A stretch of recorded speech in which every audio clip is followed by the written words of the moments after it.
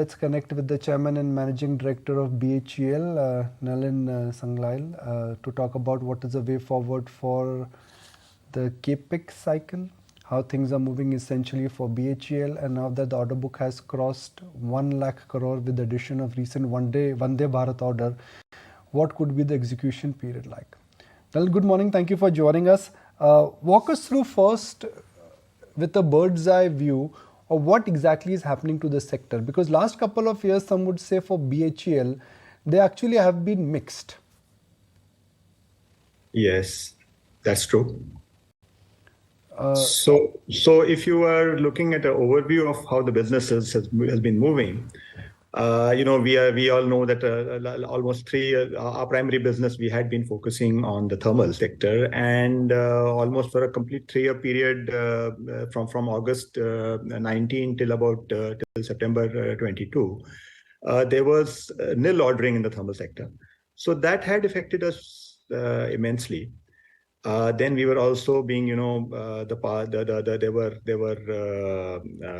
material costs had been going up, steel prices, copper prices, and there have been project delays, COVID related and otherwise. So that whole thing was hitting us pretty badly. But now things are looking up significantly, because as we are all aware, the thermal sector is picking up, though we all understand it is for a sort of a, it's for a medium period. It's not for a long period. But in the shorter period, we are expecting over the next 2, 3, 4 years, significant amount of ordering on the thermal side. And we have made huge efforts at diversification, which have started bearing fruit. So we saw the Vande Bharat order happening recently, which 80 Vande Bharat trains with 35 years of maintenance. That's one of our biggest orders. And then, of course, thermal orders are coming in. Coal gasification is another area that we are looking at. Defense, we've got an order for 22 upgraded SRGMs. So that's the total defense order is almost 3,600 crores in the last year. So diversification is paying off, and non-thermal has been 40% of our order book in the last year. So that's a big change, and going forward, I think this should really help us. Okay, order book is back. Diversification is evident, whether it is defense or Vande Bharat. What would be the timeline of executing this order book? What is short duration? What is long duration? And when will the real cash come back into the company? So let me put it this way, that the new order, you see, typically our orders are long cycle orders. Power plant order with 4 to 5 years, and it's only in the after the second year, third year, fourth year onwards that the major cash flows start coming in. Similarly, Vande Bharat is a 78-month order, which only after 2 years we say we deliver the first prototype, thereafter the second prototype, and then the flows start. The defense orders also 25, about 24, 25 is when our deliveries start. So 24, 25 onwards, we are, and you see the order we've been the nuclear order that we've got. There also in the current year we are ramping up, and next year major portions will start happening. So by 24, 25, we should start, over the turnovers, and the things should start looking much better. Cash flow should also improve, because our contract assets, a lot of the thermal projects which are in the closure phases, they will also get completed, the older projects. So that part of it also will improve for 24, 25 onwards. Nalin, what I also wanted to talk about was, in FY23, you had booked the highest ever orders in the defense sector. For FY24, which sector do you think is going to lead your order book? So you see, we've already got a very major order from the railways in April itself. So, and now further ordering we are looking at happening in thermal. The number of orders are coming in thermal sector. So I think they'll balance out. They should balance out. And over a period, we are looking at non-thermal becoming the largest share of our turnovers. Most of the brokerages, they've covered their EBITDA target for FY24 and FY25. They are of the view that the transition where you will move from your traditional thermal business to the new business, that will take at least 3 to 4 years. Do you think this transition, yes, important, but it will not be a very swift transition? It will certainly not be a swift transition. It's a very major transition happening. So the ordering has started happening. The delivery will follow, and yes, it will certainly take 2 to 3 years for that to be fully in place. Also sitting on a lot of surplus land. And there are a lot of government companies which have sold their surplus land. SCI, BEML. Is BHEL also thinking on those lines? You see, while we have a huge land bank, the issue really is that this is all on a right to use basis. So we don't really own it in that sense. There are some bits which we do own where we have put some proposals in place for monetization. But the big numbers that we all talk about or hear about, those are all right to use where we will not be able to do it. Which you're getting, whether it is defense or whether it is from the railways, Vande Bharat. Are you getting this largely because of being a government entity and you're getting a preference, or this has been won through competitive bidding?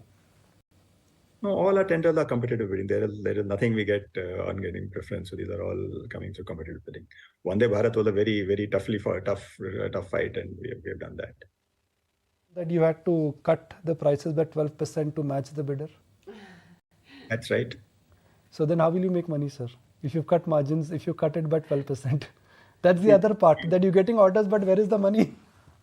No, the money, you see, there is a huge effort on cost optimization, on the engineering the entire thing, looking at our complete procurement cycle, and then timely deliveries. And you see, this has a very major maintenance component where we expect substantial gains to come. So both sides we are working. There's a lot of effort going in for ensuring profitability in the delivery itself, and thereafter in the services side. Nalin, the other thing is that manufacturing, the capex theme, that's really the hot topic in the market right now and within the investment fraternity. Tell me how BHEL is going to play a part in the next 5 years. What's your long-term vision, so to speak? You see, the entire Atmanirbhar Bharat and Make in India, that's a very major plus for us. We have been working for indigenization of our own imports. We have done a huge effort in that. And then we have worked for other PSUs how to indigenize their own, their import components, some major thing, oil sector also, power sector, all those areas we have done. And then in addition to that, we are also looking at doing non-OEM spares for the power sector. So I think this whole thing is going to really help us substantially. 5 years from now, Nalinji, hypothetically, if we are engaging in a similar conversation on the same channel, 2028, what we should expect from BHEL? We should expect diversified and fast-moving engineering major, which is supplying to the world and supplying with the spread across the sectors. I think that's what we should expect. Triple your turnover in next 5 years. That's a growth of 30%. Looking at you diversifying, so that should not be difficult. You see, unfortunately, we don't. I wouldn't give numbers because we don't give any sort of that's one thing we don't give into any numbers on the projections or any advisories on that. No, without getting into a specific, I'm just trying to understand that now that you're rebooting yourself, what is going to be that new normal for BHEL? I mean, I understand that the ambition and the vision is to be world class. Now, that's a very qualitative kind of a comment.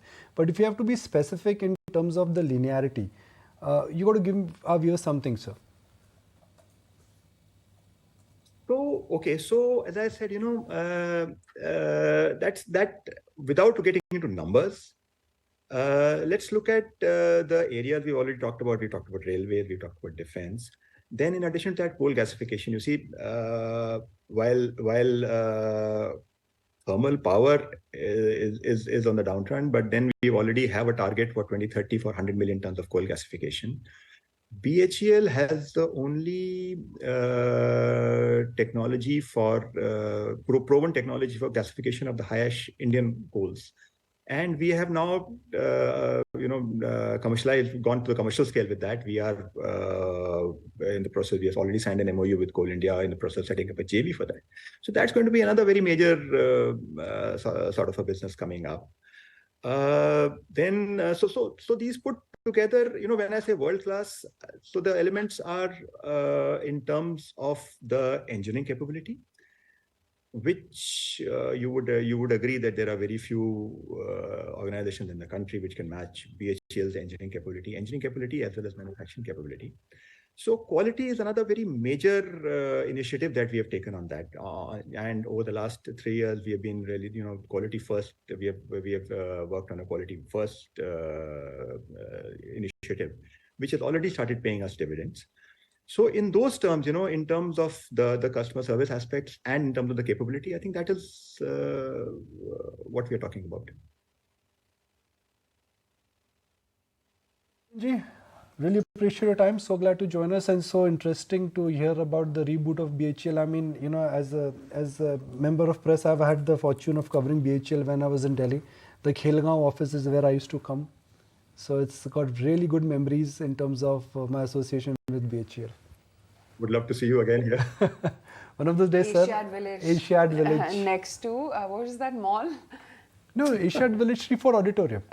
No. Shriford Auditorium. Okay. Shriford Auditorium, the yellow, the huge glow sign on the building.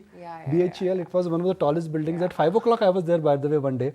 And then the BHEL shift was changing, and there were 2 big buses in which, in a sense, every employee was going. The bus is still there, sir? Or glow sign is still there? The glow sign is still there. There are a lot of changes also, you'll see. चलिए आते एक दिन चाय पे चर्चा जरूर करेंगे. Thank you. Thank you very much, Nalin ji. Let's take a break.